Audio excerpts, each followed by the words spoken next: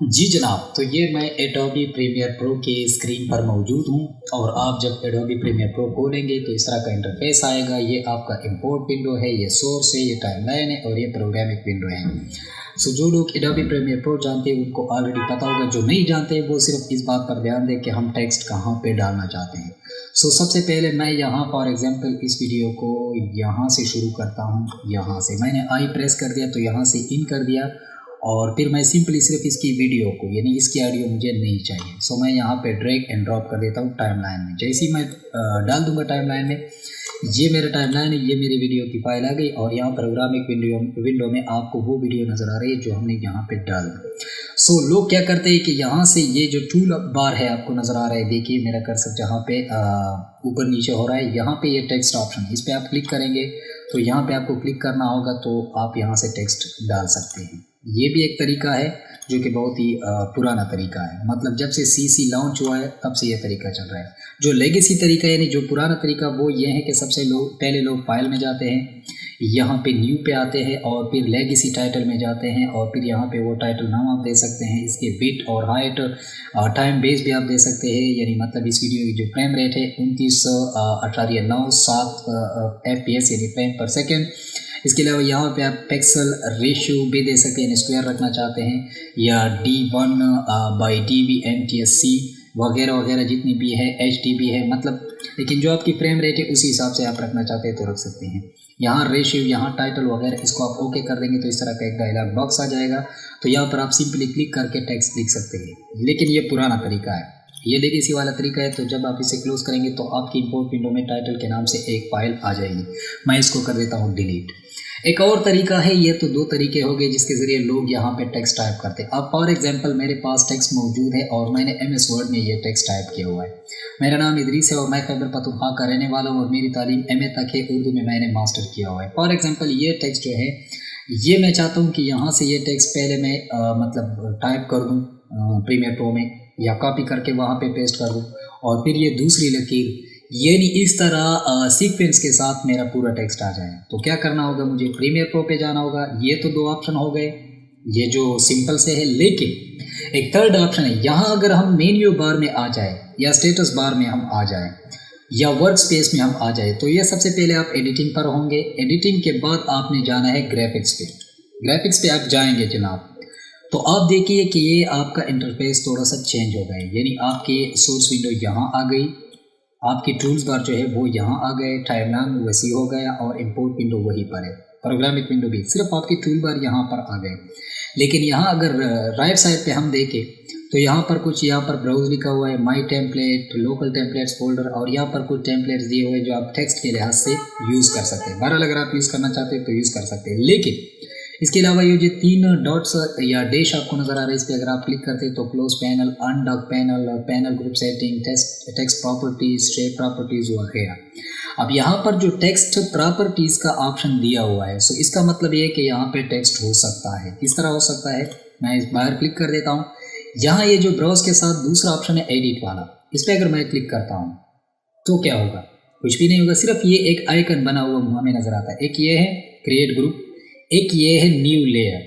अब ये new layer जो है ये आपकी टेक्स्ट वाली लेयर है। अगर मैं इस पर क्लिक करता हूँ तो ये देखिए text, vertical text, rectangle, ellipse, from file.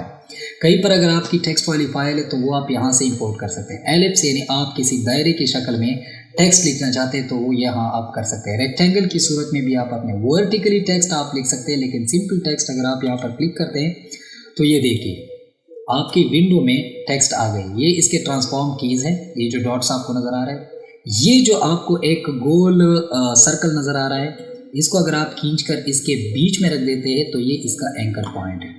अब इसके एक ट्रांसफॉर्म की को आप पकड़ के इसके साइज़ को छोटा करें, जितना आप छोटा करना चाहते हैं छोटा कर दिया। अब आपने, अब फॉर एग्जांपल मुझे इस वीडियो में टेक्स्ट यहाँ पर लिखना है, वो जो मैंने MS वर्ड में टाइप कर दिया है, या अगर हम देखें टाइमलाइन में हमारी लेयर ऐड हो गई, यानी टेक्स्ट वाली जो लेयर है इसको आप बड़ा छोटा कर सकते हैं अपने हिसाब से। सो यहाँ पर डबल क्लिक कर दीजिए। मैं MS वर्ड में जाता हूँ, चूँकि आपके पास टेक्स्ट है जो लिखा हुआ है। सो मैं यहाँ इस हिस्से को यानी रहने वाला हूँ यहाँ तक मैं इसको सिंपली कॉपी कर देता हूँ, या Ctrl+C भी आप कर सकते हैं। जाइए प्रीमियर प्रो में और ये जो आपका टेक्स्ट सेलेक्ट हुआ है आपने सिंपली कीबोर्ड से Ctrl+V प्रेस कर देना है। तो ये देखिए मेरा नाम इदरीस है। अब चूंकि इस टेक्स्ट का फ़ॉन्ट जो है वो तहोमा है, सो आपने क्या करना है, आपने इस एंकर पॉइंट के ज़रिए, एंकर पॉइंट जो है ये आप इसके बीच में रख दें और इसको मज़ीद अगर आप चाहें तो छोटा कर दें। बहरहाल हम इसके फ़ॉन्ट को चेंज करते हैं जमील नूरी नस्ताली की। चूँकि मैं उर्दू पर हूँ, विंडो और स्पेस बार की बटन दबा दिए तो आपकी इंग्लिश में हो जाएगी।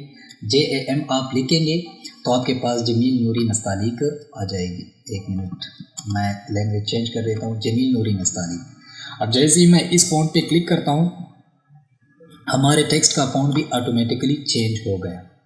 सो यहाँ पर अगर मैं देखूँ तो यहाँ पर V का ऑप्शन भी आया, क्योंकि मैंने कीबोर्ड से कंट्रोल और V प्रेस कर दिया था और हमारी लैंग्वेज इंग्लिश वाली थी।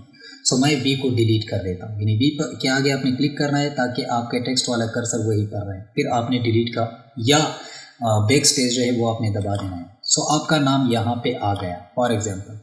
अब इसको आप यहाँ पे रखना चाहते हैं, मज़ीद छोटा करना चाहते हैं, छोटा कर दीजिए। अब ये देखिए यहाँ से यहाँ तक आपका टेक्स्ट आ गया, चल रहा है। अब यहाँ पे जो टेक्स्ट ख़त्म हुआ चाहता है तो यहाँ पे एक दूसरा टेक्स्ट मैं डालना चाहता हूँ। अब आप ये कर सकते हैं कि दोबारा जा कर के आप न्यू टेक्स्ट ले सकते हैं, लेकिन इस टेक्स्ट वाले लेयर पे जो मेरा नाम इदरीस है, इस टेक्स्ट वाले लेयर को क्लिक करके आल्ट के साथ आप आगे ड्रैग कर दीजिए तो ये स्नैप कर जाएगा इसके आखिरी वाली हिस्से के साथ। सॉरी, आल्ट के साथ इसकी एक कॉपी आ जाएगी, कॉपी आ गई।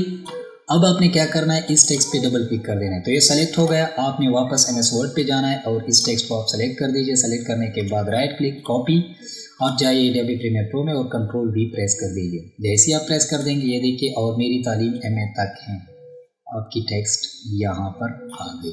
ठीक है। अब अगर मैं इसको प्ले कर दूँ तो ये देखिए मेरा नाम इदरीस है। यहाँ से ये जो दूसरी लेयर ख़त्म हो जाती है तो अब देखिए, और मेरी तालीम MA तक है, उर्दू में मैंने मास्टर किया हुआ है। सो ये एक तरीका था जो कि पूरे YouTube में इस पर कोई ट्यूटोरियल नहीं बना हुआ है। सो मैंने चाहा कि मैं अपने व्यूअर्स, चैनल नया है, मुझे पता है सब्सक्राइबर भी कम है, लेकिन हो सकता है किसी वक्त किसी के काम आ जाए ये वीडियो। उम्मीद करता हूँ कि ये वीडियो या ये ट्यूटोरियल आपको पसंद आया होगा, और अगर पसंद आया तो मेरे चैनल को सब्सक्राइब कर लीजिएगा और वीडियो को ज़रूर देखिएगा। अल्लाह ने कहबान।